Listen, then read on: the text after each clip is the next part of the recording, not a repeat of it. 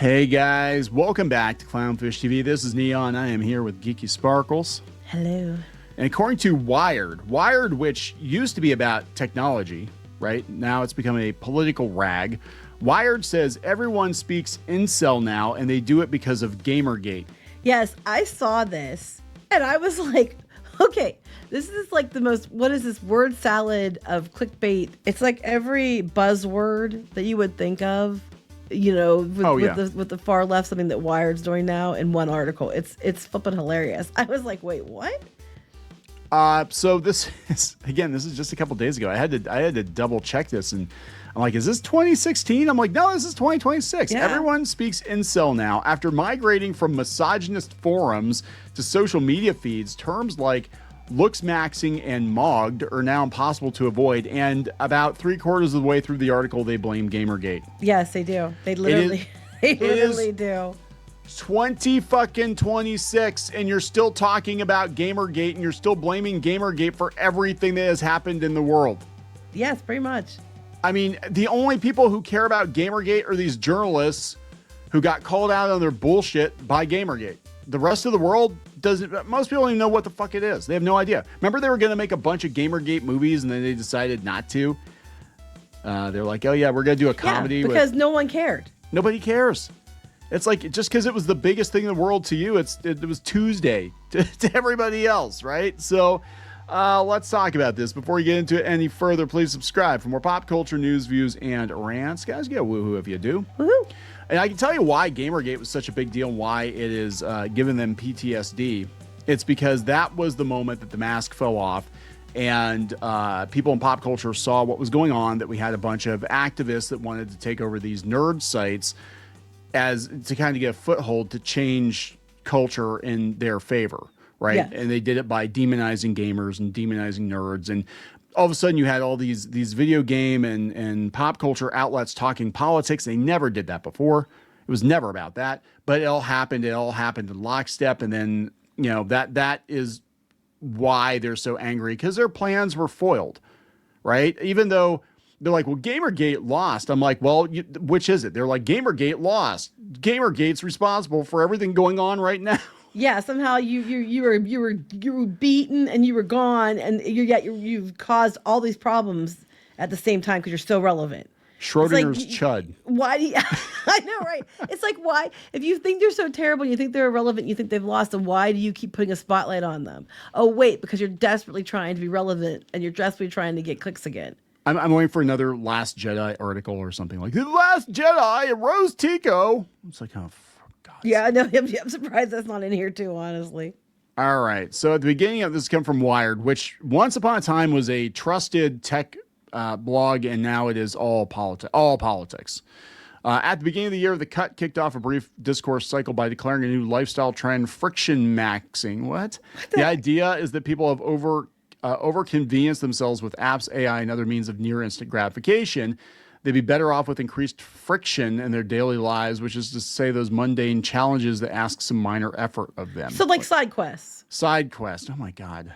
Whatever your feelings are on that philosophy, the use of maxing as a suffix, assumed to be familiar or at least intelligible to most readers of a mainstream news outlet, is evidence of another trend: the assimilation of incel terminology across the broader internet. The online ecosystem of incels, or involuntarily celibate men. No, that's what it's supposed to mean, but they use it to mean anybody who doesn't agree with me. Yeah, because a lot of people they call incels are married with like a whole bunch of kids. I get called an incel all the time. And they're like, she's married with kids. I said it's saturated with this sort of clinical jargon. It's aggrieved participants insulate, isolate, and identify themselves through in-group code speak that is meant to baffle and repel outsiders. Who wrote this? Somebody who's baffled and repelled. I'm baffled and repelled. Does that count? They're trying to make themselves sound a lot more intelligent than they actually are.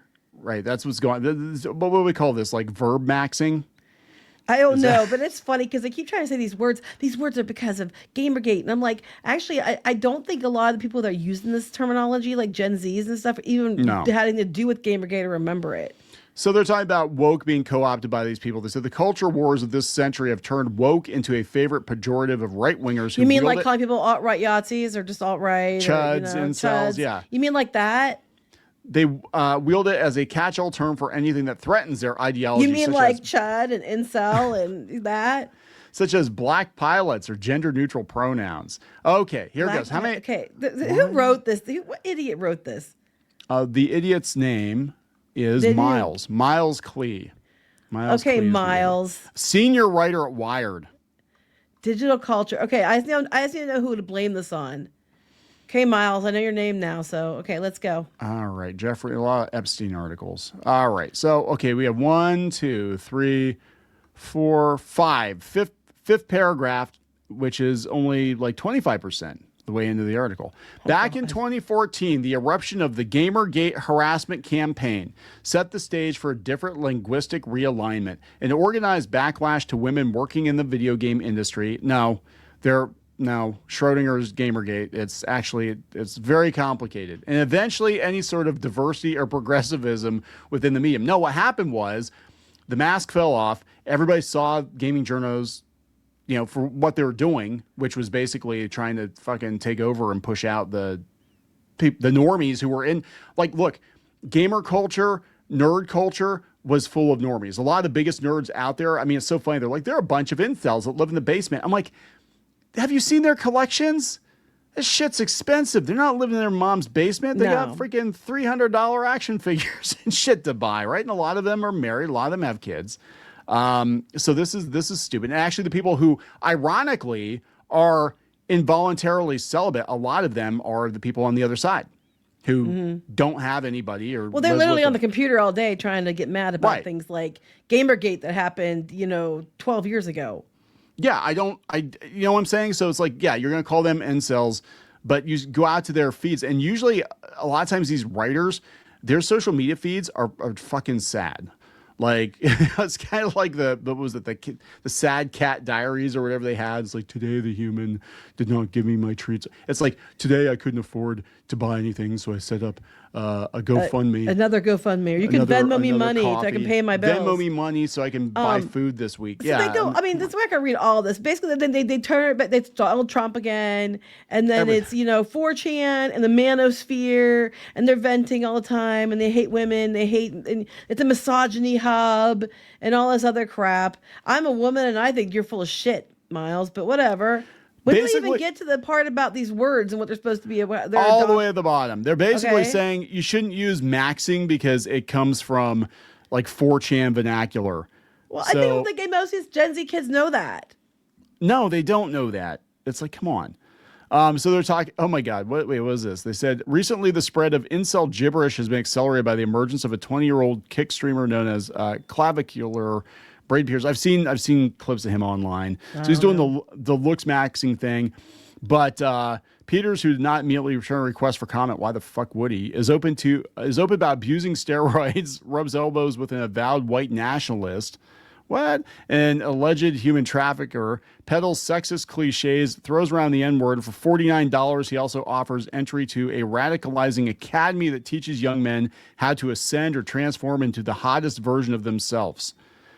And they're like, he's getting ad deals. Hodgepodge of things that this Miles has personal beef with. All tried to, it's like, that the meme with the guy and there's all the, he's like, he has all the string behind him and all the connecting the dots on the conspiracy theory thing. That's what this screams. This is what comes across. Like, all these things irritate me and it's all connected in my head. In their head, it's all connected to Gamergate. In their heads, everything goes back to Gamergate. They honest to God believe Trump got elected because of Gamergate. They believe that, I'm sure there are going to be all kinds of articles about the Paramount deal. They're going to be like, well, the Ellisons only got it because of Gamergate. I'm like, there's so much PTSD on that side. I'm not talking about the people that were, maybe in the middle of a flame war or harassment campaign or whatever the hell was going on, right? I'm talking about just every effing journalist that was around working in the nerd space back then still suffers from PTSD from Gamergate. Well, but they're making it out, and then they make it out to be, because it was so important to them, much bigger problem than it actually is. Like, they keep getting, for something they keep saying they beat, and it was such a no big deal, and these people were losers. You assign an awful lot of power to it. Like, everything that ever happens ever is because of it. Like, the only one assigning power to it to the levels that you guys are worried about are you. Most people wouldn't even think about it if you didn't bring it up like every other sentence, every other article. But you're giving it more power than it actually had. Yeah, and then people are like, "Oh, what's Gamergate?" Then they look into it and they're like, "Where's the lie?" Like, well, no, they're trying to change what their narrative is what actually was about. That's what he's doing in his article. Oh, y'all keep trying to say it's about one thing when it wasn't. Well, that's what they're saying here. Like, they make sure it's like the Gamergate harassment campaign, and that's the same with the Comicsgate thing, all this stuff. And they do really try to connect all these threads that aren't really interconnected that much. And it was basically just the zeitgeist. We had a bunch of activists come into media. They wanted to take over the media. They wanted to push people out who were there before them. And, and they were constantly going on about politics when they never talked politics before. I'm confused. If that's a harassment campaign, right? Then what do you call what they've been doing for the last 10, 12 years where anybody who doesn't agree with them is automatically a racist, a bully, a misogynist, an incel, a chud, and all those things to try to, dissuade people from listening to them, talking to them, to dehumanize people so that they can feel better about, stepping all over them. How is that not a harassment campaign? I know. This is going to go on forever. These people are going to be bitching about Gamergate in 2042, or they'll have a freaking party. They'll be like, okay, it's 2044, and now it's the 30th anniversary of Gamergate. Now we have to have a party, except it's more like a wake. We're going to wear all black and mourn our careers, and we're all like in our fucking 70s now, and it's like, what the and then Gen Delta is going to be using terminology, and they're going to say, see, it all came from Gamergate. I swear to God, it's all Gamergate. Nobody's going to give a shit. That's like you look at the turn of the century, like 1800s and the 1900s, right? And you look at all these things that were like a big, huge cultural thing, and you look at like the Pinkertons and all that stuff, and people had to look up like what were the Pinkertons exactly? What all this stuff that happened. Well, thanks to modern day politics at companies, you have to look it up again. Coast, you gotta look up. But like nobody gives a shit about it now except the people that were there back then, and they know. It was really not that big of a deal. I mean, it was, but only in gaming circles and things and media.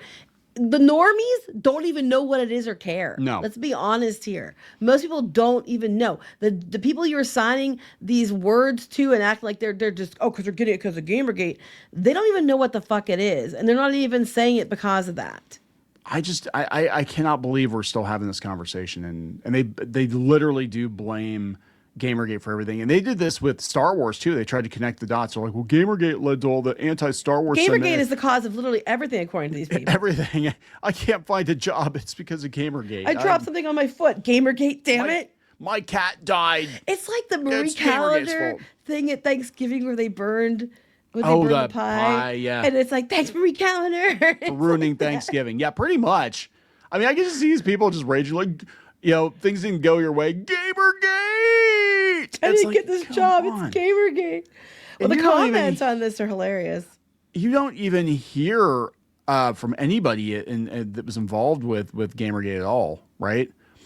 Thanks, I hate it. To be alive today is to endure a never-ending onslaught of attention-seeking absurdities labeled content. Meanwhile, no one is actually content. What a terrible day to be literate. Somehow avoid it until reading Wired. Thanks, Wired. It is like word salad. Still trying to figure out if social media just opened the Pandora's box of evils or just amplified and created and multiplied evil to a million times what we had before. I think we're reading other people's thoughts, and we're blissfully unaware of what people were thinking. Was it Chummers, the Cyberpunk, and Shadowrun RPGs turned out to be more closely predictive of the future than one of the big, glad I haven't eaten breakfast yet.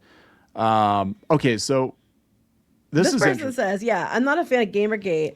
And I'm not a fan of incels and blah, blah, blah, and all that crap.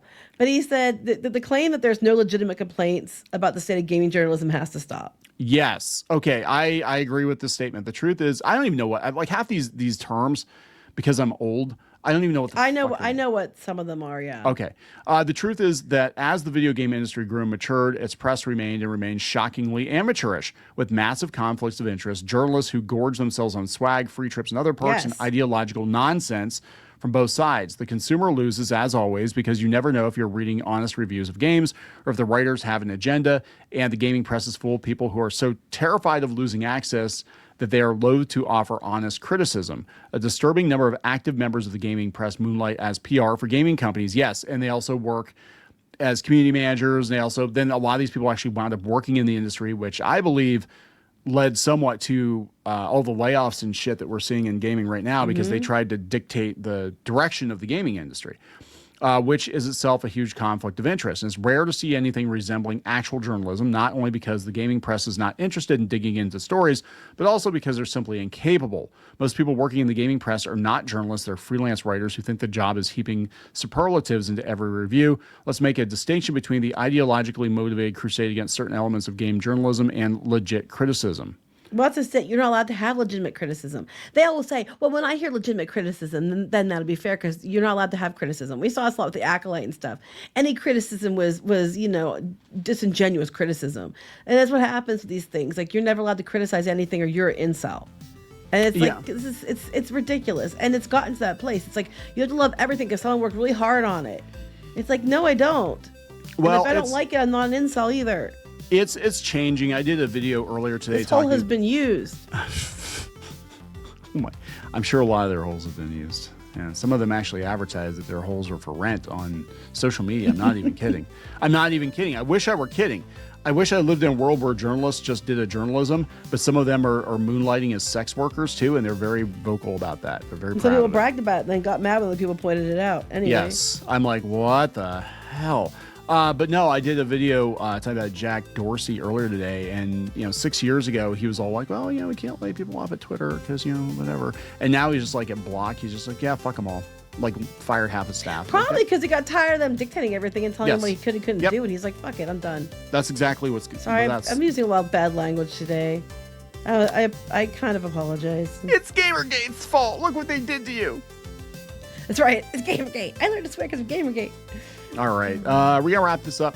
Yes. Please subscribe for more pop culture news, views, and rants. We'll talk later. Bye.